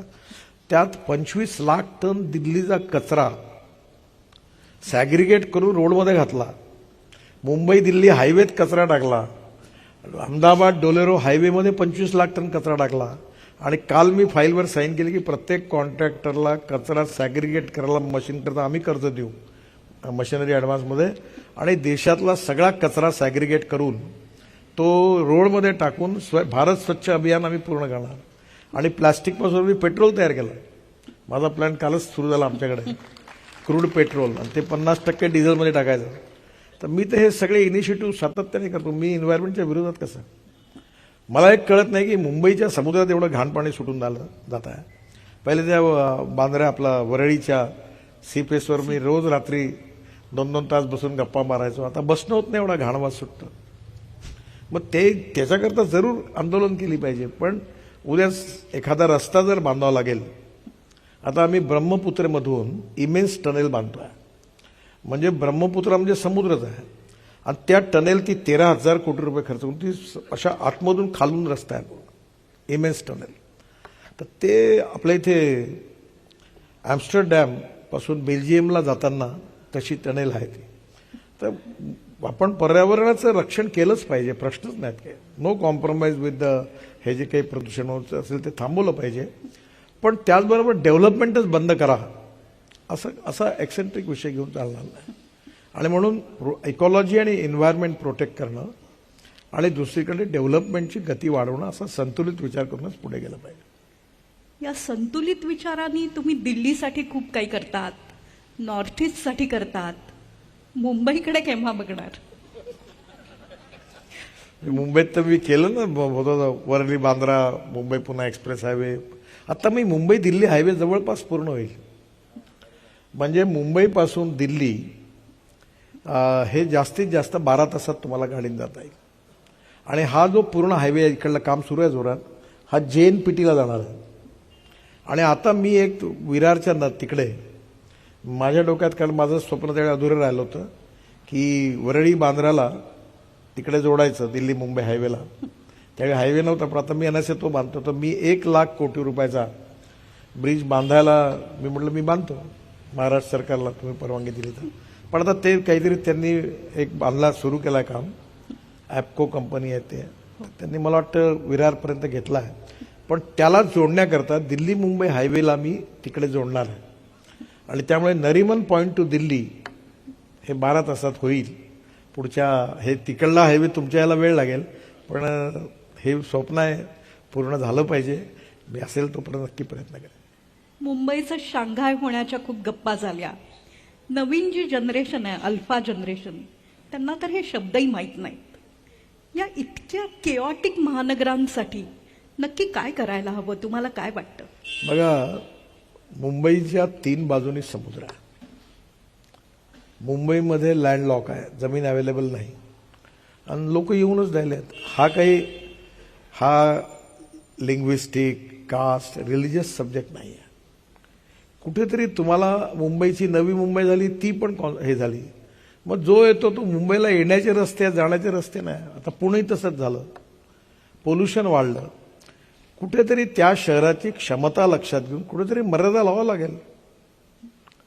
आणि काही इंडस्ट्रीचं डिसेंट्रलायझेशन झालं पाहिजे. आणि आता आम्ही रस्त्याच्या बाजूला smart city, smart logistic park किंवा नवीन नवीन डेव्हलप करतोय. तसं मला असं वाटतं की आता मुंबई दिल्ली हायवेच्या बाजूला ठाणे जिल्ह्यातून येतो रस्ता, त्याच्या बाजूला जर नवीन डेव्हलपमेंट झाली, तिकडे जर स्मार्ट सिटी झाली तर होईल. पण आता मुंबईत जागाच नाही तर डेव्हलपमेंट कशी होईल? आणि जो म्हणतो तो इथेच राहतो. आता पहिले पार्ल्यामध्ये एक सिंगल स्टोरी घरं होती, मी त्यावेळी सुरुवातीला यायचो, ते अशी बघायचो कुठे. आता ऐकही नसेल मला वाटतं, नाही आहे ना? नावाला 2. आता सगळीकडे बिल्डिंगा झाल्या. हां, आणि पार्किंग नाही करत पुन्हा, रस्ते लहान आहे, अरुंद आहेत, मग कसं होणार? त्यामुळे आता पार्किंग दिल्लीमध्ये मी सुनावली त्यांना, तुम्ही म्हटलं सगळे श्रीमंत लोक आपल्या बिल्डिंगा बांधतात आणि पार्किंगच नाही करत. हा रोड का तुमच्या पार्किंग करता बांधलाय का म्हटलं?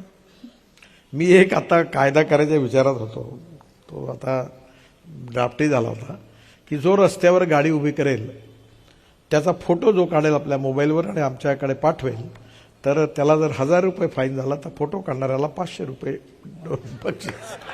म्हणजे रस्त्यावर गाडी टाकली का काढ फोटो. आता कसं रस्ते सगळे पॅक झाले तर कसं चालणार, कुठून जाणार?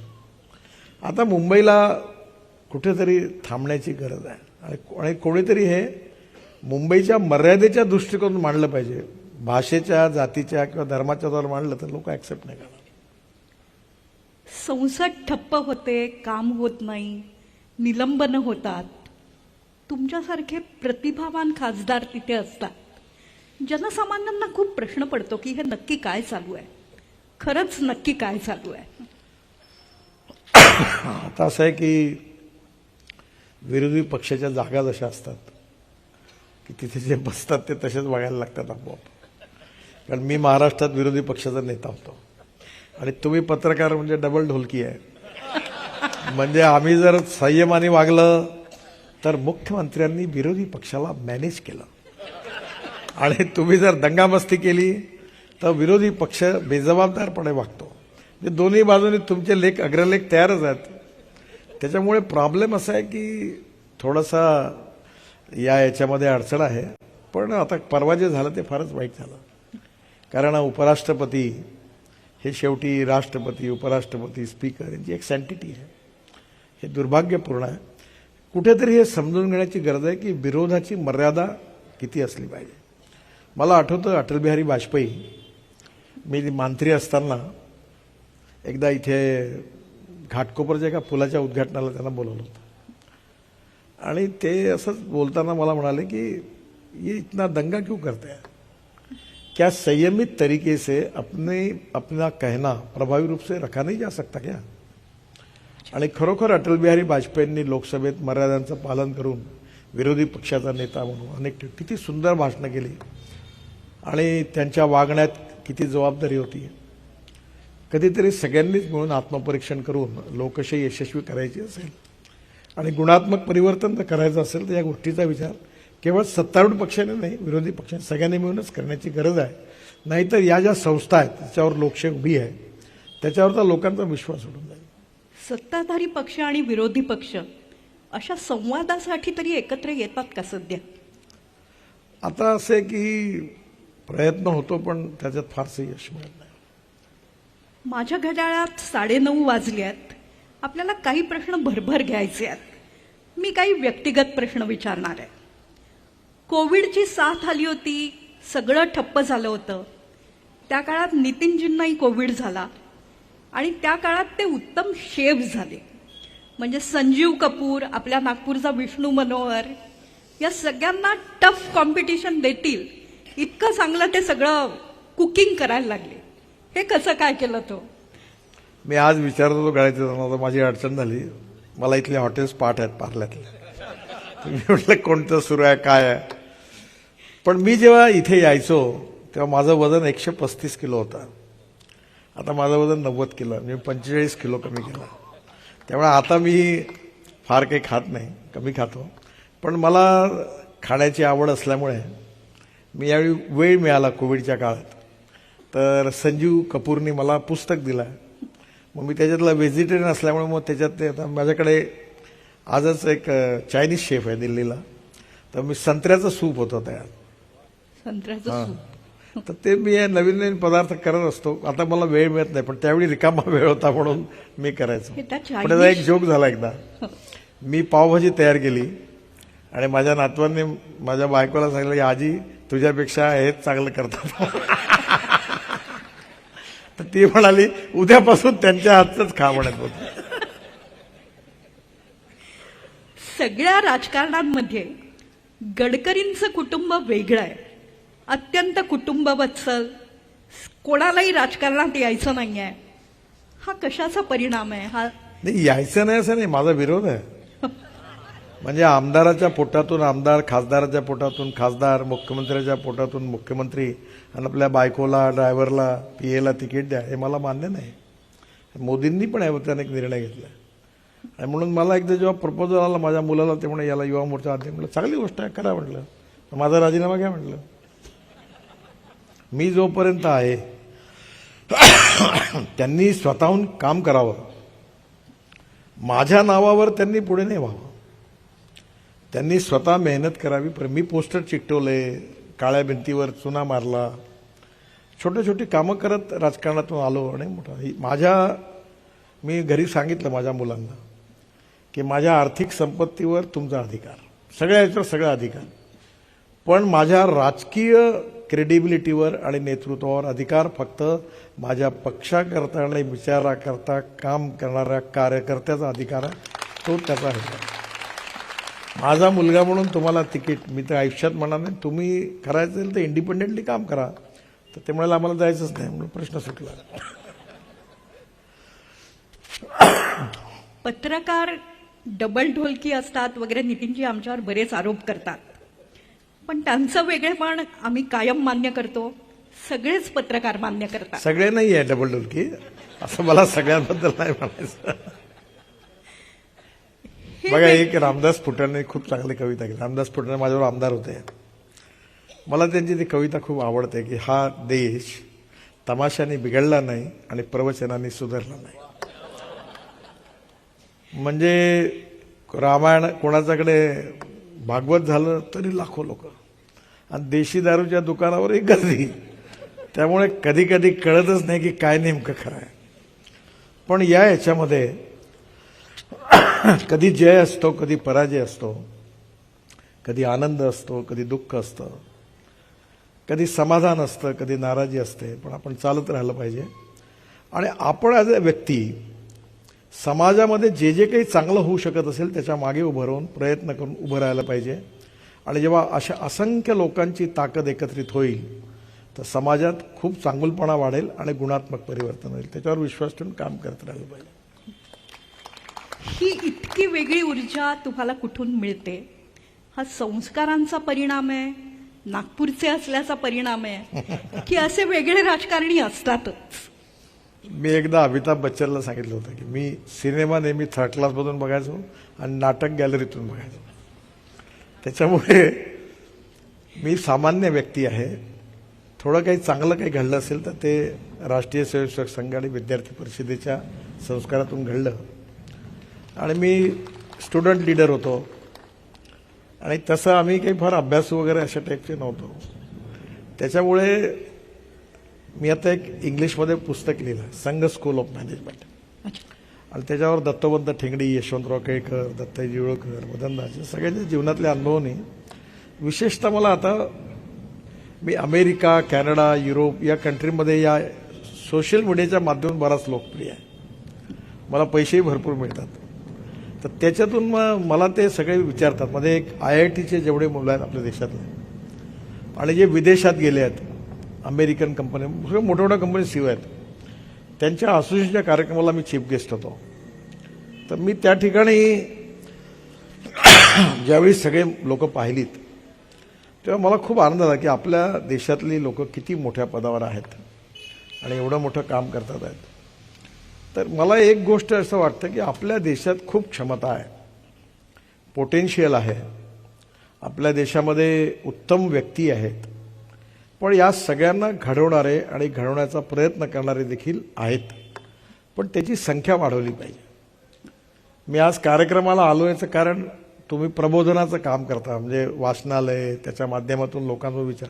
पण आता तुम्ही डिजिटल वाचनालय करा, पुस्तकं सगळे डिजिटल करा, कारण नवीन पिढी जी आहे ती आता पुस्तक वाचत नाही. त्यामुळे येणाऱ्या काळामध्ये प्रत्येकाने, मी गमतीने एकदा म्हटलं होतं, ते मला जेव्हा विचारायचे की एक तलावात घाण पाणी आहे, तर मी म्हटलं मला माझ्या हातात तुरटी आहे, मी फिरवून आलो आहे.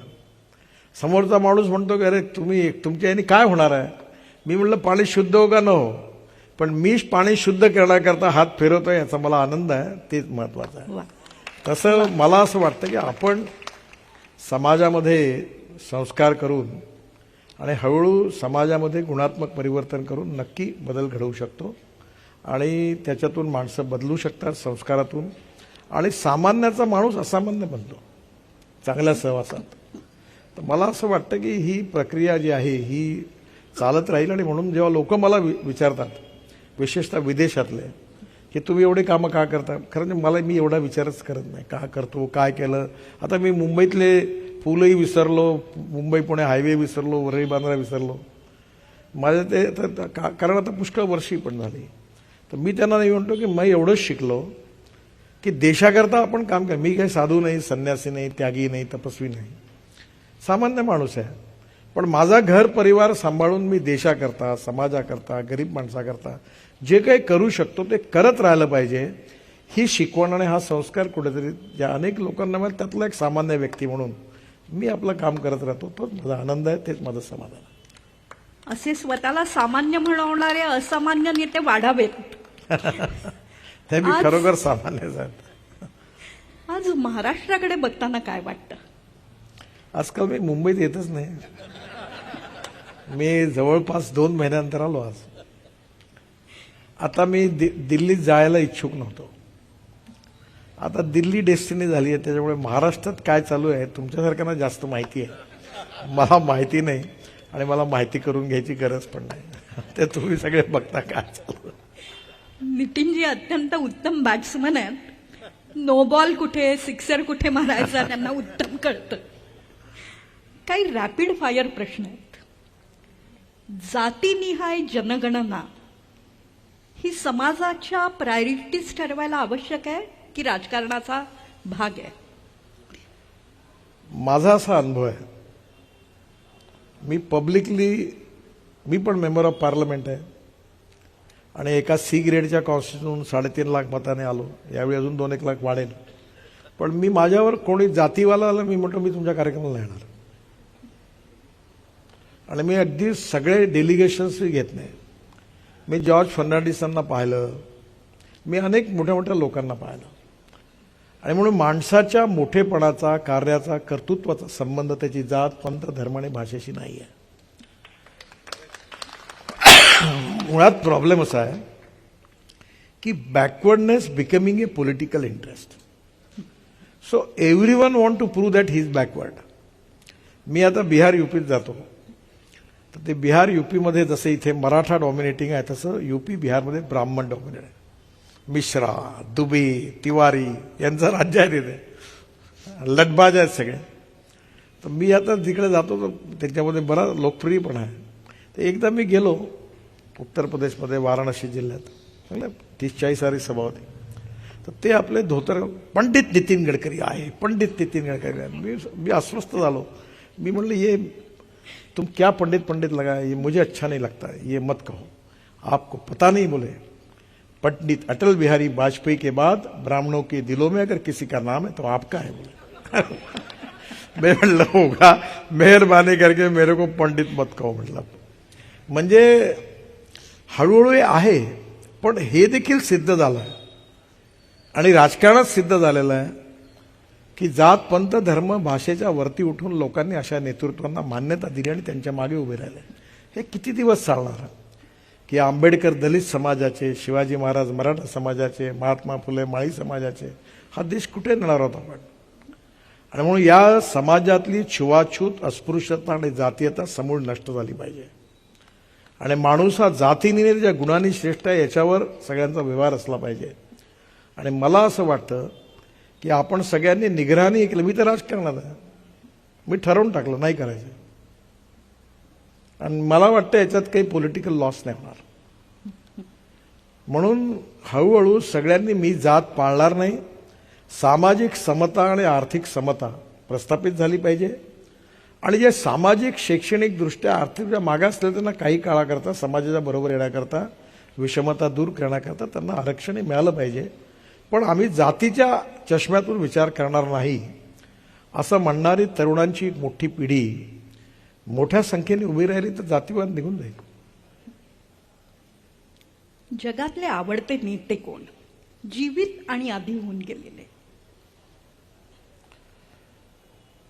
आता असं आहे की जगातल्या एवढ्या मोठ्या नेत्यांचा तर मी खूप अभ्यास नाही केला, पण मला अमेरिकेमध्ये बराक ओबामाचं व्यक्तित्व खूप आवडलं. आणि मध्ये अमेरिकन प्रेसिडेंट, व्हाईस प्रेसिडेंट जे आहेत कमला हॅरिस, त्यांचा मला एक दिवस फोन आला होता. तर त्यांचं काहीतरी, ते आपल्या इंडियन ओरिजिनचे आहेत, त्यांनी इकडे मंदिर वगैरे बांधलं आहे, काही शाळा वगैरे काढल्या, त्याच्या उद्घाटनाकरता तुम्ही या म्हणून.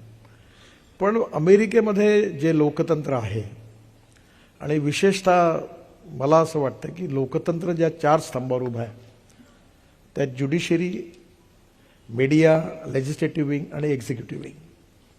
आणि आपण मदर ऑफ डेमोक्रेसी आहोत, जगातली सगळ्यात मोठी लोकशाही आहोत. आणि अमेरिकेमधली लोकशाही ही खूप संवेदनशील आहे. आणि त्याच्यामध्ये केनेडीपासून, क्लिंटनपासून अगदी आता ओबामापर्यंत त्यांनी खरोखरच एक चांगली दिशा दिली. पण कुठेतरी मला असं मनातून वाटतं की जसं भगवान गौतम बुद्धांनी, विशेषतः आपण south east Asia, Indonesia, Malaysia, चायनात जातो, आणि जपानमध्ये, तिथे त्यांनी अहिंसा, सत्य, अहिंसा, शांती याचा संदेश दिला.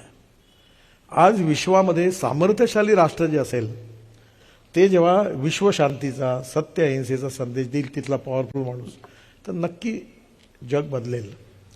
मी मृत्युंजयमधलं शिवाजी सावंतांचं वाक्य नेहमी लक्षात ठेवतो. त्यांनी सांगितलं की सामर्थ्यवान माणूसच शांतता आणि अहिंसा प्रस्थापित करू शकतो, आणि दुर्बल माणसांनी सत्य, अहिंसा आणि शांतीवर किती भाषणं दिली तरी कोणी ऐकत नाही. म्हणून आम्हाला सबल व्हायचं आहे, पण आम्ही विस्तारवादी नाही आहे. आज आमच्या देशामध्ये नेपाळ, भूतान किंवा कुठल्याही देशात आपण त्यांना गिळंकृत करू ही भावना नाही आहे. आणि आपण नेहमी म्हणतो आपल्या संस्कृतीत विश्व का कल्याण हो, मेरा कल्याण पहिले करो, हे कुठे नाही आहे. विश्व का कल्याण हो. आपली भारतीय संस्कृती, इतिहास, विरासत ही विश्वाला दिशा देऊ शकते. आणि येणाऱ्या काळामध्ये ज्या प्रकारचं वातावरण विशेषतः युक्रेन वॉर नंतर झालेलं आहे ते लक्षात घेता कुठेतरी सामर्थ्यशाली देशांनी विश्वशांतीचा संदेश देऊन जिओ और जीने दो, सगळेजण सुखाने आनंदाने राहिलं पाहिजे असा संदेश दिला पाहिजे. आणि माझ्या मनात एक असा विश्वास आहे की नक्की भारत शक्तिशाली होईल, आणि त्यावेळी भारताचं नेतृत्व जेव्हा जगात होईल त्यावेळी हे नेतृत्व हा इतिहास, संस्कृती, विरासत, प्रभू रामचंद्रापासून भगवान गौतम बुद्धांपर्यंत ही जी शक्ती आपल्याला मिळाली त्याच्या आधारावर विश्वाचं कल्याण करणारा आणि विश्वशांतीचा संदेश देणारा देश जगात भारत होईल. आता अमेरिकेने हे केलं पाहिजे, त्यात अमेरिकेत बरेच लोक या विचारप्रवाहाचे आहेत, पण येणाऱ्या काळात ही विश्वामधली सगळ्यात मोठी गरज आहे असं मला वाटतं. 3च रॅपिड फायर प्रश्न आहेत. राजकारण की समाजकारण? मी 90% समाजकारण करतो, आणि माझ्या समाजकारणाने माझ्या राजकारणाला पुष्टी दिली आहे. मी आतापर्यंत 40,000 हार्टचे ऑपरेशन्स करून दिले. माझ्याकडे 5 व्हॅन्स आहेत. आता 1 लाख लोकांचे डोळे तपासले, नंतर 7-8 कॅटरॅक्टचे ऑपरेशन केले, 500-600 लोकांना पाय लावून दिले. आणि कोविडच्या काळात माझ्या लक्षात आलं आहे मी जवळपास 100 कोटी रुपयाचे ॲम्ब्युलन्स, व्हेंटिलेटर्स, ते बायपॅक सगळे विदर्भात सगळ्या जिल्ह्यात वाटले. आणि मला त्यावेळी असं इमोशनली वाटलं की आपण हे फोटो नाही काढायचा, आणि मी ठरवलं की मी फोटो नाही काढणार. आणि नंतर मला लक्षात आलं की फोटो काढून मला जेवढी प्रसिद्धी किंवा नाव नसतं मिळालं ते त्याच्यापेक्षा कितीतरी पटीने जास्त नाव जगात पोचलं, आणि लोकांनी त्याचं हे केलं की हे काम झालं. त्यामुळे मी 100 आणि राजकारणाची खरी व्याख्या जे आपण करतो, सत्ताकारण म्हणजे राजकारण नाही, समाजकारण, राष्ट्रकारण आणि विकासकारण. राजनीती म्हणजे लोकनीती, समाजनीती आणि बृहत्तर राजनीती किंवा धर्मनीती. आणि विक्रमादित्याच्या काळापासून राजानंही धर्मश्रेष्ठ आहे. आणि धर्म म्हणजे हा पूजा अर्चा करणारा धर्म नाही आहे, धर्माचा संबंध कर्तव्याशी आहे. जर तू म्हणशील की मी पत्रकारितेच्या धर्माचं पालन करते, कोणी शिक्षक मी शिक्षकाच्या धर्माचं पालन, त्याचा कर्तव्याशी संबंध आहे. आणि हिंदुत्व ही जीवन पद्धती आहे. आणि म्हणून मला विश्वास आहे की येणाऱ्या काळामध्ये नक्कीच या सगळ्या गोष्टीचा विचार केल्यानंतर आपण समाजाच्या तळागाळातल्या जेवढ्या माणसाची सेवा करतो. आता मला लोक सांगतात कोणी अरुणाचल, मेघालय, त्या टॅक्सीत बसतात, आणि तो टॅक्सीवाला परवा काश्मीरमध्ये गेले ते लोक, आणि त्यांनी सांगितलं मी नागपूरहून आलो आहे, तर टॅक्सीवाला म्हणून मी आपसे पैसे नाही लूंगा. तो मला एवढा ते म्हणाले, त्यांनी सांगितलं नितीन गडकरी जी ने रोड बनाया आप उनके गाव से है, मैं आपके पैसे नहीं लूंगा. असे अनेक लोक सांगतात. तर मला त्याचा आनंद होतो. आणि म्हणून कुठे कुठे जात, पंथ, धर्म, भाषा याच्यापेक्षा आपण जर सेवेचं राजकारण केलं, विशेषतः शिक्षण क्षेत्रामध्ये, स्वास्थ्यविषयक आणि विकासाच्या क्षेत्रात. मी आता शेतकऱ्यांमध्ये माझा सगळा वेळ शेतकऱ्यांमध्ये जातो. माझी पूर्ण एनर्जी विदर्भात 10,000 शेतकऱ्यांनी आत्महत्या केल्या. माझी ताकद नाही एवढी, पण मी एक उराशी स्वप्न बाळगलं की एक दिवस असा येईल की विदर्भात एक देखील शेतकरी आत्महत्या करणार नाही. मी आता 9-10 वर्ष खूप प्रयत्न करतो. ॲग्रोव्हिजनमध्ये 5 लाख शेतकरी येतात, वर्कशॉप होतात, शेतकऱ्याचं उत्पन्न वाढवण्याकरता अनेक गावाकरता मी आता स्मार्ट विलेज तयार करतोय. आणि मी सगळं समाजकारण करतो. आणि माझ्या सोशल एंटरप्रेनरशिपमधल्या प्रकल्पाचा टर्नओव्हर 2,500 कोटी आहे. आणि मी ते बिलकुल मी काय पूल रस्ते बांधले तर माझ्याकडे एक्सपर्टाईज होतं. त्यामुळे मी ठरवलं आहे की समाजकारणच करायचं आणि राजकारण हे समाजकारण आहे आणि जे तुम्ही रोज लिहिता आणि बघता ते केवळ सत्ताकारण आहे. आणि त्या सत्ताकारणापेक्षा तुम्ही जर समाजकारणाला महत्त्व दिलं तर नक्कीच राजकारणामध्ये गुणात्मक परिवर्तन होईल. पण सत्ताकारण म्हणजेच राजकारण असं सगळं मानतात. उसापासून साखर करावी की इथेनॉल? आता उसापासून साबण बनला माहिती आहे तुला? मी सांगतो, माझ्याकडे न्यू नावाचं साबण आहे आणि जगात ते एक्सपोर्ट होतं. फेस वॉश आहे, हेअर वॉश आहे, हँड वॉश आहे, सॅनिटायझर आहे, डिटर्जंट पावडर आहे, मशीनमधली आहे, कपडे धुवायची आहे आणि मार्केटमधल्या कुठल्याही साबणापेक्षा चांगली आहे. हे पितांबरीवाले आहेत ना तुमच्या इथे, त्यांच्याकडे ते आमचं शुगर मॉलिक्युलचं घेतात. त्यामुळे उसापासून साखर surplus, corn surplus, rice surplus ही आपली समस्या होती. आणि त्यामुळे आता उसाच्या रसापासून इथेनॉल तयार होतं, मोलॅसिसपासून इथेनॉल तयार होतं. माझी इच्छा आहे की पुण्या, मुंबईत आणि आता परवाच पेट्रोलियम मंत्र्यांनी घोषित केलं, माझ्याकडे मिटिंग झाली, की ते 400 इथेनॉलचे पंप टाकतात आहेत. आणि म्हणून येणाऱ्या काळात तुमची गाडी, स्कूटर आणि ऑटो रिक्षा शक्यतोवर इलेक्ट्रिक किंवा फ्लेक्स इंजिनवर घ्या. प्रदूषण टाळा, तुमचंही स्वास्थ्य सुधारा आणि लोकांचंही स्वास्थ्य सुधारण्याकरता मदत करा. आणि हे इथेनॉल शेतकऱ्याचं विकल्या जाईल. त्यामुळे गाव, गरीब, मजूर आणि शेतकरी समृद्ध संपन्न होईल. अगदी शेवटचा प्रश्न आहे. प्रगतीचा मार्ग संघर्षाचा असावा की संवादाचा? संघर्ष आणि संवाद हा जीवनाचा भाग असतो. कधी कधी एखादी गोष्ट आपल्याला जेव्हा हे काय संघर्ष होतोच. मी रिचर्ड निक्सनच्या आत्मचरित्रातलं एक वाक्य खूप नेहमी लक्षात ठेवतो. ज्यावेळी ते अमेरिकेमध्ये राष्ट्रपती होते आणि वॉटरगेटमुळे बदनाम झाले, तर त्यांना वॉशिंग्टनमध्ये एका एरियात लोकांनी राहायला देखील बंदी घातली होती. त्या काळात त्यांनी ते आत्मचरित्र लिहिलं आणि त्यातलं वाक्य असं होतं, the man is not finish Wien is defeated but he is finish when he quits. युद्धात हरल्यानंतर कोणी समाप्त होत नाही, पण युद्धभूमी सोडून निघून जातो तेव्हा तो समाप्त होतो. त्यामुळे संघर्ष करत राहिला पाहिजे. पण संघर्ष कशा करता, संघर्षाचं उद्दिष्ट काय आहे? आणि म्हणून जिथे शक्य असेल तिथे संवादातूनच पुढे गेलं पाहिजे. मतभेद असले पाहिजे. अटल बिहारी वाजपेयींचं सुंदर वाक्य आहे, मतभेद असले पाहिजे पण मनभेद असता कामा नये. मन मोकळी असली पाहिजे, दुसऱ्याचा आदर केला पाहिजे. आणि आवश्यकता असेल तर भगवान श्रीकृष्णाने सांगितलं की मी जेव्हा जेव्हा अन्याय, अत्याचार वाढेल तेव्हा मी अवतार घेईल.